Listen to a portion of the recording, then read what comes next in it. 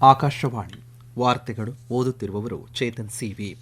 ಮುಖ್ಯಾಂಶಗಳು: supreme court ನ್ಯಾಯಾಧೀಶರ ಸಂಖ್ಯೆ ತಿದ್ದುಪಡಿ ಮಸೂದೆಗೆ ಸಂಸತ್ ಅನುಮೋದನೆ. ಬ್ರಿಕ್ಸ್ ಭ್ರಷ್ಟಾಚಾರ ವಿರೋಧಿ ಸಭೆ, ಭ್ರಷ್ಟಾಚಾರ ವಿರುದ್ಧ ಶೂನ್ಯ ಸಹಿಷ್ಣು ನೀತಿ ಪುನರುಚ್ಚರಿಸಿದ ಭಾರತ. ಕರಾವಳಿ ಕರ್ನಾಟಕ ಸೇರಿ ವಿವಿಧ ರಾಜ್ಯಗಳಲ್ಲಿ ನಾಳೆ ಭಾರೀ ಮಳೆ, ಭಾರತೀಯ ಹವಾಮಾನ ಇಲಾಖೆ ಮುನ್ಸೂಚನೆ. ಕೊರಿಯಾ ಮಾಸ್ಟರ್ಸ್ ಬ್ಯಾಡ್ಮಿಂಟನ್ ಟೂರ್ನಿ, ಭಾರತದ 7 ಆಟಗಾರ್ತಿಯರು ಮಹಿಳಾ ಸಿಂಗಲ್ಸ್ನ 2ನೇ ಸುತ್ತಿಗೆ ಪ್ರವೇಶ. ವಾರ್ತೆಗಳ ವಿವರ. ಸುಪ್ರೀಂ ಕೋರ್ಟ್ ನ್ಯಾಯಾಧೀಶರ ಸಂಖ್ಯೆ ತಿದ್ದುಪಡಿ ಮಸೂದೆ 2026 ಸಂಸತ್ ಅಂಗೀಕರಿಸಿದೆ. ರಾಜ್ಯಸಭೆಯು ಚರ್ಚೆಯ ನಂತರ ಶಾಸನವನ್ನು ಲೋಕಸಭೆಗೆ ಹಿಂತಿರುಗಿಸಿದೆ. ಭಾರತದ ಮುಖ್ಯ ನ್ಯಾಯಮೂರ್ತಿಯನ್ನು ಹೊರತುಪಡಿಸಿ ಸುಪ್ರೀಂ ಕೋರ್ಟ್ನ ನ್ಯಾಯಾಧೀಶರ ಸಂಖ್ಯೆಯನ್ನು ಪ್ರಸ್ತುತ 33ರಿಂದ 37ಕ್ಕೆ ಹೆಚ್ಚಿಸಲು ಸುಪ್ರೀಂ ಕೋರ್ಟ್ ನ್ಯಾಯಾಧೀಶರ ಸಂಖ್ಯೆ ಕಾಯ್ದೆ 1956ಕ್ಕೆ ಮತ್ತಷ್ಟು ತಿದ್ದುಪಡಿ ಮಾಡುವ ಗುರಿಯನ್ನು ಈ ಮಸೂದೆ ಹೊಂದಿದೆ. ಲೋಕಸಭೆಯು ಸೋಮವಾರ ಮಸೂದೆಯನ್ನು ಅಂಗೀಕರಿಸಿದೆ. ಕಾರ್ಯವಿಧಾನಗಳನ್ನು ಪೂರ್ಣಗೊಳಿಸಿದ ನಂತರ ಉಪಸಭಾಪತಿಯವರು ಸದನವನ್ನು ದಿನದ ಮಟ್ಟಿಗೆ ಮುಂದೂಡಿದರು. ಈ ವರ್ಷದ ಮೇ ತಿಂಗಳಿನಲ್ಲಿ ರಾಷ್ಟ್ರಪತಿ ದ್ರೌಪದಿ ಮುರ್ಮು ಅವರು ಸುಪ್ರೀಂ ಕೋರ್ಟ್ ನ್ಯಾಯಾಧೀಶರ ಸಂಖ್ಯೆಯನ್ನು 33ರಿಂದ 37ಕ್ಕೆ ಹೆಚ್ಚಿಸಲು ಸುಗ್ರೀವಾಜ್ಞೆಯನ್ನು ಪ್ರಕಟಿಸಿದರು. ಕೇಂದ್ರ ಕಾನೂನು ಮತ್ತು ನ್ಯಾಯ ಸಚಿವ ಅರ್ಜುನ್ ರಾಮ್ ಮೇಘವಾಲ್ ಸುಪ್ರೀಂ ಕೋರ್ಟ್ ನ್ಯಾಯಾಧೀಶರ ಸಂಖ್ಯೆ ತಿದ್ದುಪಡಿ ಮಸೂದೆ 2026 ಮಂಡಿಸಿದರು. ಮಸೂದೆ ಕುರಿತು ಚರ್ಚೆಯನ್ನು ಪ್ರಾರಂಭಿಸಿದ ಕಾಂಗ್ರೆಸ್ನ ವಿವೇಕ್ ತಂಖಾ ಸುಪ್ರೀಂ ಕೋರ್ಟ್ ನ್ಯಾಯಾಧೀಶರ ಸಂಖ್ಯೆಯನ್ನು 33ರಿಂದ 37ಕ್ಕೆ ಹೆಚ್ಚಿಸಲು ಸುಗ್ರೀವಾಜ್ಞೆ ತರುವ ಉದ್ದೇಶವನ್ನು ಪ್ರಶ್ನಿಸಿದರು. ಚರ್ಚೆಯಲ್ಲಿ ಭಾಗಿಯಾಗಿದ್ದ ಬಿಜೆಪಿಯ ಸಂಗೀತಾ ಯಾದವ್ ಸುಪ್ರೀಂ ಕೋರ್ಟ್ನಲ್ಲಿ ನ್ಯಾಯಾಧೀಶರ ಸಂಖ್ಯೆಯನ್ನು ಹೆಚ್ಚಿಸುವ ಮಸೂದೆಯು ಐತಿಹಾಸಿಕ ಮತ್ತು ದೂರದೃಷ್ಟಿಯ ಹೆಜ್ಜೆಯಾಗಿದೆ ಎಂದು ಬಣ್ಣಿಸಿದರು. ತೆಲಂಗಾಣದ ಹೈದರಾಬಾದ್ನಲ್ಲಿ ನಡೆದ ಬ್ರಿಕ್ಸ್ ಭ್ರಷ್ಟಾಚಾರ ವಿರೋಧಿ ಕಾರ್ಯಕಾರಿ ಗುಂಪಿನ 2ನೇ ಸಭೆ ಇಂದು ಮುಕ್ತಾಯಗೊಂಡಿತು. ಭಾರತದ ಬ್ರಿಕ್ಸ್ ಅಧ್ಯಕ್ಷತೆಯಲ್ಲಿ ಸಿಬ್ಬಂದಿ ಮತ್ತು ತರಬೇತಿ ಇಲಾಖೆ ಡಿಒಪಿಟಿ ಆಯೋಜನೆ ಮಾಡಿದಂತಹ ಈ ಸಭೆಯಲ್ಲಿ ಭ್ರಷ್ಟಾಚಾರದ ವಿರುದ್ಧ ಭಾರತದ ಶೂನ್ಯ ಸಹಿಷ್ಣುತೆ ನೀತಿಯನ್ನು ಡಿಒಪಿಟಿ ಕಾರ್ಯದರ್ಶಿ ರಚನಾ ಶಾ ಪುನರುಚ್ಚರಿಸಿದರು. ಭ್ರಷ್ಟಾಚಾರ ಪ್ರಕರಣಗಳಲ್ಲಿ ತಲೆ ಮರೆಸಿಕೊಂಡಿರುವಂತಹ ಆರೋಪಿಗಳನ್ನು ಪತ್ತೆ ಹಚ್ಚಲು ಹಾಗೂ ಹಸ್ತಾಂತರ ಪ್ರಕ್ರಿಯೆಗೆ ನೆರವಾಗುವ ಬ್ರಿಕ್ಸ್ ಕಾನೂನು ಜಾರಿ ಅಧಿಕಾರಿಗಳ ಜಾಲ ಸ್ಥಾಪಿಸುವ ಭಾರತದ ಪ್ರಸ್ತಾವನೆಗೆ ಸದಸ್ಯ ರಾಷ್ಟ್ರಗಳು ತಾತ್ವಿಕ ಒಪ್ಪಿಗೆ ನೀಡಿದವು. ಅಲ್ಲದೆ ಆರೋಪಿಗಳ ಪತ್ತೆಗೆ ಸಂಬಂಧಿಸಿದ ಮಾಹಿತಿ ಹಂಚಿಕೊಳ್ಳಲು ಹೊಸ ಬ್ರಿಕ್ಸ್ ಅನೌಪಚಾರಿಕ ಸಹಕಾರವನ್ನು ಸ್ವಾಗತಿಸಲಾಯಿತು. ಆಸ್ತಿ ಮರುಪಡೆಯುವಿಕೆ, ಗಡಿ ಆಚೆಗಿನ ಭ್ರಷ್ಟಾಚಾರ ನಿಯಂತ್ರಣ ಹಾಗೂ ತಂತ್ರಜ್ಞಾನ ಆಧಾರಿತ ಪಾರದರ್ಶಕ ಆಡಳಿತಕ್ಕೆ ಬ್ರಿಕ್ಸ್ ರಾಷ್ಟ್ರಗಳ ನಡುವೆ ಪ್ರಾಯೋಗಿಕ ಸಹಕಾರವನ್ನು ಮತ್ತಷ್ಟು ಬಲಪಡಿಸುವ ನಿಟ್ಟಿನಲ್ಲಿ ಹೈದರಾಬಾದ್ ಸಭೆ ಮಹತ್ವದ ಅಡಿಪಾಯ ಹಾಕಿದೆ ಎಂದು ಅಧಿಕಾರಿಗಳು ತಿಳಿಸಿದ್ದಾರೆ. ರಾಷ್ಟ್ರಪತಿ ದ್ರೌಪದಿ ಮುರ್ಮು ಅವರು ಇಂದು ಒಡಿಶಾದ ಬೇರ್ಹಾಂಪುರ್ ಸಮೀಪದ ದಬಲೇಶ್ವರ ದೇಗುಲಕ್ಕೆ ಭೇಟಿ ನೀಡಿ ವಿಶೇಷ ಪೂಜೆ ಸಲ್ಲಿಸಿದರು. ಇದರೊಂದಿಗೆ ಒಡಿಶಾದಲ್ಲಿ ಅವರ 3 ದಿನಗಳ ಪ್ರವಾಸ ಮುಕ್ತಾಯಗೊಂಡಿತು. ರಾಷ್ಟ್ರಪತಿಯವರು ಗೋಪಾಲಪುರದಲ್ಲಿರುವಂತಹ ಸೇನಾ ವಾಯು ರಕ್ಷಣಾ ಕಾಲೇಜಿಗೂ ಭೇಟಿ ನೀಡಿ ಅಧಿಕಾರಿಗಳು ಮತ್ತು ಬೋಧಕ ಸಿಬ್ಬಂದಿಯೊಂದಿಗೆ ಸಂವಾದ ನಡೆಸಿದರು. ಈ ವೇಳೆ ಒಡಿಶಾ ಮುಖ್ಯಮಂತ್ರಿ ಮೋಹನ್ ಚರಣ್ ಮಾಂಜಿಗ್ ಸಹ ಉಪಸ್ಥಿತರಿದ್ದರು. ಪ್ರವಾಸದ ಸಂದರ್ಭದಲ್ಲಿ ರಾಷ್ಟ್ರಪತಿಯವರು ಕಟಕ್ನಲ್ಲಿ ಜಗದ್ಗುರು ಕೃಪಾಲು ವಿಶ್ವವಿದ್ಯಾಲಯವನ್ನು ಉದ್ಘಾಟನೆ ಮಾಡಿದರು. ನಂತರ ರಾಷ್ಟ್ರಪತಿಯವರು ವಿಶೇಷವಾಗಿ ರಾಷ್ಟ್ರಪತಿಗಾಗಿ ಕಾರ್ಯನಿರ್ವಹಿಸುವಂತಹ ಪ್ರೆಸಿಡೆಂಟ್ ಸ್ಪೆಷಲ್ ರೈಲಿನಲ್ಲಿ ಬೆರ್ಹಂಪುರ್ನಿಂದ ಭುವನೇಶ್ವರಕ್ಕೆ ಪ್ರಯಾಣಿಸಿದರು.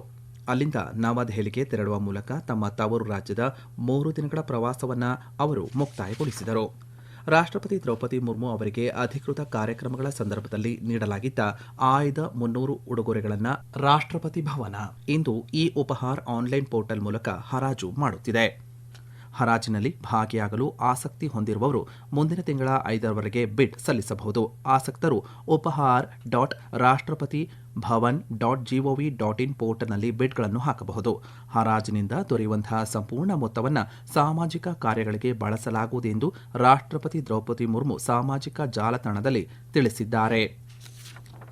ಬ್ಯಾಂಕರ್ಸ್ ಬುಕ್ಸ್ ಎವಿಡೆನ್ಸ್ ಮಸೂದೆ 2026 ಲೋಕಸಭೆ ಅಂಗೀಕರಿಸಿದೆ. ನಂತರ ಲೋಕಸಭೆಯನ್ನು ದಿನದ ಮಟ್ಟಿಗೆ ಮುಂದೂಡಣೆ ಮಾಡಲಾಯಿತು. ಮಧ್ಯಾಹ್ನ 2 ಗಂಟೆಗೆ ಸದನದಲ್ಲಿ ಕೇಂದ್ರ ಹಣಕಾಸು ಸಚಿವೆ ನಿರ್ಮಲಾ ಸೀತಾರಾಮನ್ ಅವರು ಬ್ಯಾಂಕರ್ಸ್ ಬುಕ್ಸ್ಗೆ ಸಂಬಂಧಿಸಿದ ಪುರಾವೆಗಳಿಗೆ ಒಳಪಡುವ ಕಾನೂನನ್ನು ಒದಗಿಸಲು ಮತ್ತು ಅದನ್ನು ಸಮಕಾಲೀನ ಡಿಜಿಟಲ್ ಬ್ಯಾಂಕಿಂಗ್ ಪದ್ಧತಿಯೊಂದಿಗೆ ಹೊಂದಿಸಲು ಪ್ರಯತ್ನಿಸುವ ಮಸೂದೆಯನ್ನು ಮಂಡಿಸಿದರು. ಪ್ರಸ್ತುತ ಬ್ಯಾಂಕಿಂಗ್ ವ್ಯವಸ್ಥೆಯ ಅವಶ್ಯಕತೆಗಳನ್ನು ಪೂರೈಸಲು ಕಾನೂನು ಚೌಕಟ್ಟನ್ನು ಆಧುನೀಕರಿಸುವ ಗುರಿಯನ್ನು ಈ ಮಸೂದೆ ಹೊಂದಿದೆ.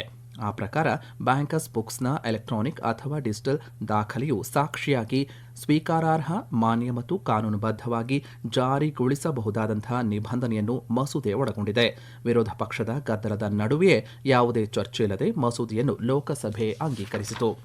ಈ ವಾರ್ತೆಯನ್ನು ಆಕಾಶವಾಣಿಯಿಂದ ಕೇಳುತ್ತಿದ್ದೀರಿ. ನಮ್ಮ ಎಲ್ಲಾ ರಾಷ್ಟ್ರೀಯ ವಾರ್ತೆಗಳು ಹಾಗೂ ಪ್ರದೇಶ ಸಮಾಚಾರ ಈಗ ಆಕಾಶವಾಣಿ ನ್ಯೂಸ್ ಕನ್ನಡ ಯೂಟ್ಯೂಬ್ ಚಾನೆಲ್ನಲ್ಲಿ ಲಭ್ಯ. ನಮ್ಮ ಎಕ್ಸ್ ಖಾತೆ ಮತ್ತು ಇನ್ಸ್ಟಾಗ್ರಾಂ ಖಾತೆ ಆಕಾಶವಾಣಿ ನ್ಯೂಸ್ ಕನ್ನಡ. ಹೆಚ್ಚಿನ ಮಾಹಿತಿಗಾಗಿ ನಮ್ಮ ಫೇಸ್ಬುಕ್ ಖಾತೆ AIR ಕನ್ನಡ ನ್ಯೂಸ್ ಅನುಸರಿಸಿ. ಮಾಹಿತಿಯ ಹೂರಣ ವಾರದ ಕಾರ್ಯಕ್ರಮ ಪ್ರಚಲಿತ ವಿದ್ಯಮಾನ ಪ್ರತಿ ಬುಧವಾರ 9:15ಕ್ಕೆ. ವಿದೇಶಿ ವ್ಯಾಪಾರ ನೀತಿ 2023 ಅಡಿಯಲ್ಲಿ ಕೇಂದ್ರ ಸರ್ಕಾರವು ದಾಸ್ತಾನು ಆಧಾರಿತ ಗಡಿಯಾಚೆಗಿನ ಇ ಕಾಮರ್ಸ್ ರಫ್ತು ಚೌಕಟ್ಟನ್ನು ಕಾರ್ಯಗತಗೊಳಿಸಿದೆ. ಇದು ಭಾರತದಲ್ಲಿ ಉತ್ಪಾದಿಸುವ ಸರಕುಗಳ ದಾಸ್ತಾನು ಆಧಾರಿತ ಗಡಿಯಾಚೆಗಿನ ಇ ಕಾಮರ್ಸ್ ರಫ್ತಿಗೆ ಅನುಕೂಲವಾಗುವಂತೆ ಈ ಚೌಕಟ್ಟು ಸಮಗ್ರ ನೀತಿ ಮತ್ತು ಕಾರ್ಯವಿಧಾನದ ಚೌಕಟ್ಟನ್ನು ಒದಗಿಸುತ್ತದೆ. ಅದರಂತೆ ನಿಯಂತ್ರಕ ಮೇಲ್ವಿಚಾರಣೆಯನ್ನು ನಿರ್ವಹಿಸುವಾಗ ಇ ಕಾಮರ್ಸ್ ರಫ್ತಿನ ಪ್ರಯೋಜನಗಳು ಭಾರತೀಯ ತಯಾರಕರು ಮತ್ತು ಎಂಎಸ್ಎಂಇಗಳಿಗೆ ಸೇರುವುದನ್ನು ಖಚಿತಪಡಿಸಿಕೊಳ್ಳಲು ಇದು ಹಲವಾರು ಸುರಕ್ಷತಾ ಕ್ರಮಗಳನ್ನು ಒಳಗೊಂಡಿದೆ. ನೋಂದಾಯಿತ ರಫ್ತುದಾರರಿಗೆ ಆನ್ ರೆಕಾರ್ಡ್ ಮೂಲಕ ರಫ್ತು ಮಾತ್ರವಲ್ಲದೆ ದಾಸ್ತಾನು ಕಾರ್ಯಾಚರಣೆಗಳನ್ನು ಸಹ ಚೌಕಟ್ಟು ಸಕ್ರಿಯಗೊಳಿಸುತ್ತದೆ.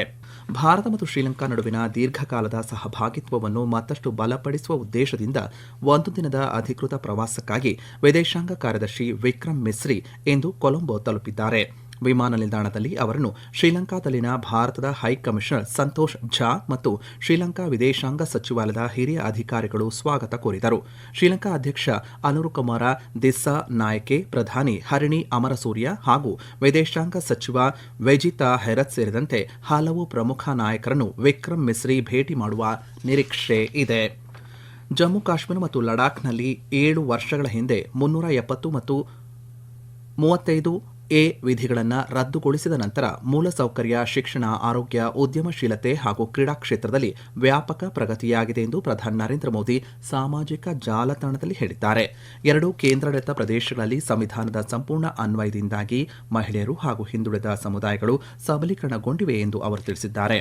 ಡಾಕ್ಟರ್ ಶ್ಯಾಮ್ ಪ್ರಸಾದ್ ಮುಖರ್ಜಿ ಅವರ ರಾಷ್ಟ್ರೀಯ ಏಕತೆಯ ದೃಷ್ಟಿಕೋನ 2019 ಆಗಸ್ಟ್ 5ರಂದು ಐತಿಹಾಸಿಕವಾಗಿ ಸಾಕಾರಗೊಂಡಿದೆ ಎಂದು ಪ್ರಧಾನಿ ಹೇಳಿದ್ದಾರೆ. ಜಮ್ಮು ಕಾಶ್ಮೀರ ಮತ್ತು ಲಡಾಖ್ನ ಪ್ರಗತಿಗೆ ಸರ್ಕಾರ ಬದ್ಧವಾಗಿದೆ ಎಂದು ಅವರು ಪುನರುಚ್ಚರಿಸಿದ್ದಾರೆ. ನಾಳೆ ಕರಾವಳಿ ಕರ್ನಾಟಕ, ಅಂಡಮಾನ್ ಮತ್ತು ನಿಕೋಬಾರ್ ದ್ವೀಪಗಳು, ಬಿಹಾರ, ಛತ್ತೀಸ್ಗಢ, ಪೂರ್ವ ರಾಜಸ್ಥಾನ, ಹಿಮಾಚಲ ಪ್ರದೇಶ, ಜಾರ್ಖಂಡ್, ಹರಿಯಾಣ, ಚಂಡೀಗಢ ಮತ್ತು ದೆಹಲಿಯಲ್ಲಿ ಭಾರೀ ಮಳೆಯಾಗುವ ಸಾಧ್ಯತೆ ಇದೆ ಎಂದು ಭಾರತೀಯ ಹವಾಮಾನ ಇಲಾಖೆ ಮುನ್ಸೂಚನೆ ನೀಡಿದೆ. ಉತ್ತರಾಖಂಡ, ಜಾರ್ಖಂಡ್, ಪಶ್ಚಿಮ ಬಂಗಾಳದ ಗಂಗಾ ನದಿ ತೀರ, ಒಡಿಶಾ, ಮಧ್ಯ ಮಹಾರಾಷ್ಟ್ರ, ಕೊಂಕಣ ಮತ್ತು ಗೋವಾದಲ್ಲಿ ನಾಳೆ ಭಾರೀ ಮಳೆಯಾಗುವ ಸಾಧ್ಯತೆ ಇದೆ ಎಂದು ಭಾರತೀಯ ಹವಾಮಾನ ಇಲಾಖೆ ಆರೆಂಜ್ ಅಲರ್ಟ್ ಘೋಷಣೆ ಮಾಡಿದೆ.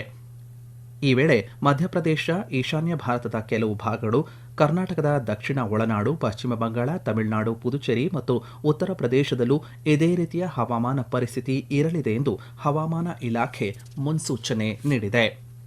ಕೊರಿಯಾ ಮಾಸ್ಟರ್ಸ್ ಬ್ಯಾಡ್ಮಿಂಟನ್ ಟೂರ್ನಿಯಲ್ಲಿ ಭಾರತದ ಮಹಿಳಾ ವಿಭಾಗ ಉತ್ತಮ ಪ್ರದರ್ಶನವನ್ನು ನೀಡಿದ್ದು, ಅನ್ಮೋಲ್ ಖರ್ಬ್ ಸೇರಿದಂತೆ 7 ಆಟಗಾರ್ತಿಯರು ಮಹಿಳಾ ಸಿಂಗಲ್ಸ್ನ 2ನೇ ಸುತ್ತಿಗೆ ಪ್ರವೇಶ ಪಡೆದಿದ್ದಾರೆ.